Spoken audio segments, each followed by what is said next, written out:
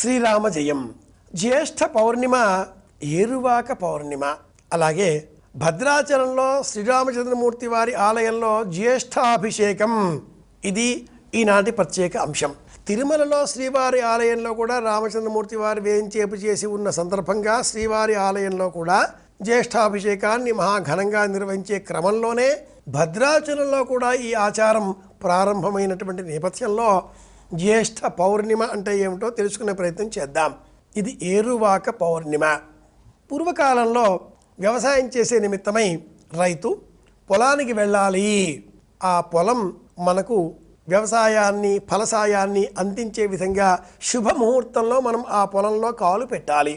ఎవరికి వారు విడివిడిగా ప్రతి రైతు తనకు సంబంధించిన చక్రాన్ని వేసుకొని, ఆఢక చక్రమో మరి ఒక చక్రమో ఆ చక్రాన్ని సిద్ధం చేసుకుని ఆ చక్రానికి అనుకూలంగా తనకు సంబంధించిన శుభకరమైనటువంటి రోజున వ్యవసాయ పనులకు శ్రీకారం చుట్టేటటువంటి వాడు. క్రమేణా ఒక గ్రామం కేంద్రంగా మారడంతో ఆ గ్రామంలో ఉండే రైతులందరికీ కూడా మేలు కలిగే విధంగా జ్యేష్ఠ పౌర్ణిమ ఏరువాక పౌర్ణిమ అనే నిర్ణయం చేయడంతో అది మొదలుగా గ్రామంలో ఉండే రైతులంతా కూడా పశువులను చక్కగా అలంకరించి వారు నాగలి కాడి భుజం పైన వేసుకొని వ్యవసాయ క్షేత్రానికి వెళ్ళి భూమికి ముందుగా నమస్కరించి అనంతరం తాము తెచ్చుకున్నటువంటి ఆ శుభకరమైన మంగళకరమైన ద్రవ్యములను పసుపు, కుంకుమ, అక్షింతలు, పువ్వులు ఆ పొలం గట్టుపైన ఉంచి నమస్కరించి అనంతరం కుడికాలు ఆ పొలంలోనికి ఉంచి వ్యవసాయ క్షేత్రంలో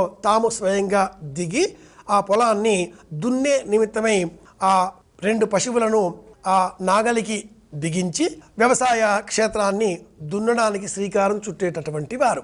ఇది ఏరువాకకు వెళ్ళడం అనేటటువంటి ఆచారం పేరిట లోకంలో ప్రసిద్ధంగా ఉన్న విషయం. అయితే పశువులకు ఆనందం కలిగించడం, తొలకరి కార్తె చుక్క వర్షపు బిందువు కోసం మనం చూడడం, ఆర్ద్ర కార్తె అనంతరం ఇక వర్షాలు కురుస్తాయి అనే ఆశతో, ఆలోచనలతో, ఆకాంక్షలతో వర్షపు బిందువులు పడే క్రమంలో భూమిని సస్యశ్యామలం చేసే విధంగా, ధరిత్రిని ఆహారం అందించే విధంగా మార్చడం కోసం రైతు చేసేటటువంటి ఈ ఉత్సవమే వృషభోత్సవం, అనడువోత్సవం అన్న పేరిట ప్రసిద్ధం.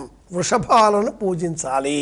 శివాలయంలో ఒక నందీశ్వరుడు మనకందరికీ కూడా ప్రాతినిధ్యం వహిస్తూ అక్కడ నందీశ్వరుడిగా వేంచేపు చేసి ఉంటాడు. నందీశ్వర నమస్తుభ్యం సాంబానంద ప్రదాయక ఉమామహేశ్వర పూజార్థం అనుజ్ఞాం దాతుమర్హసి. ఈశ్వర, నందీశ్వర, నీ కారణంగానే ఆ శివానుగ్రహం మాకు లభిస్తుంది. పశువులమైన మా అందరికీ కూడా పశుపతి అయిన ఆ పరమేశ్వరుడి అనుగ్రహం లభించాలి అంటే నీవు మధ్యవర్తివి. నీకు ప్రాతినిధ్యం వహించే విధంగా ఈ ఏరువాక పౌర్ణిమ నాడు నిన్ను పూజిస్తున్నాము. నీ కరుణ ఉంటే పరమేశ్వరుడు మా పైన అనుగ్రహాన్ని కురిపిస్తాడు, వర్షాలు కురుస్తాయి, ధరిత్రి సస్యశ్యామలమవుతుంది.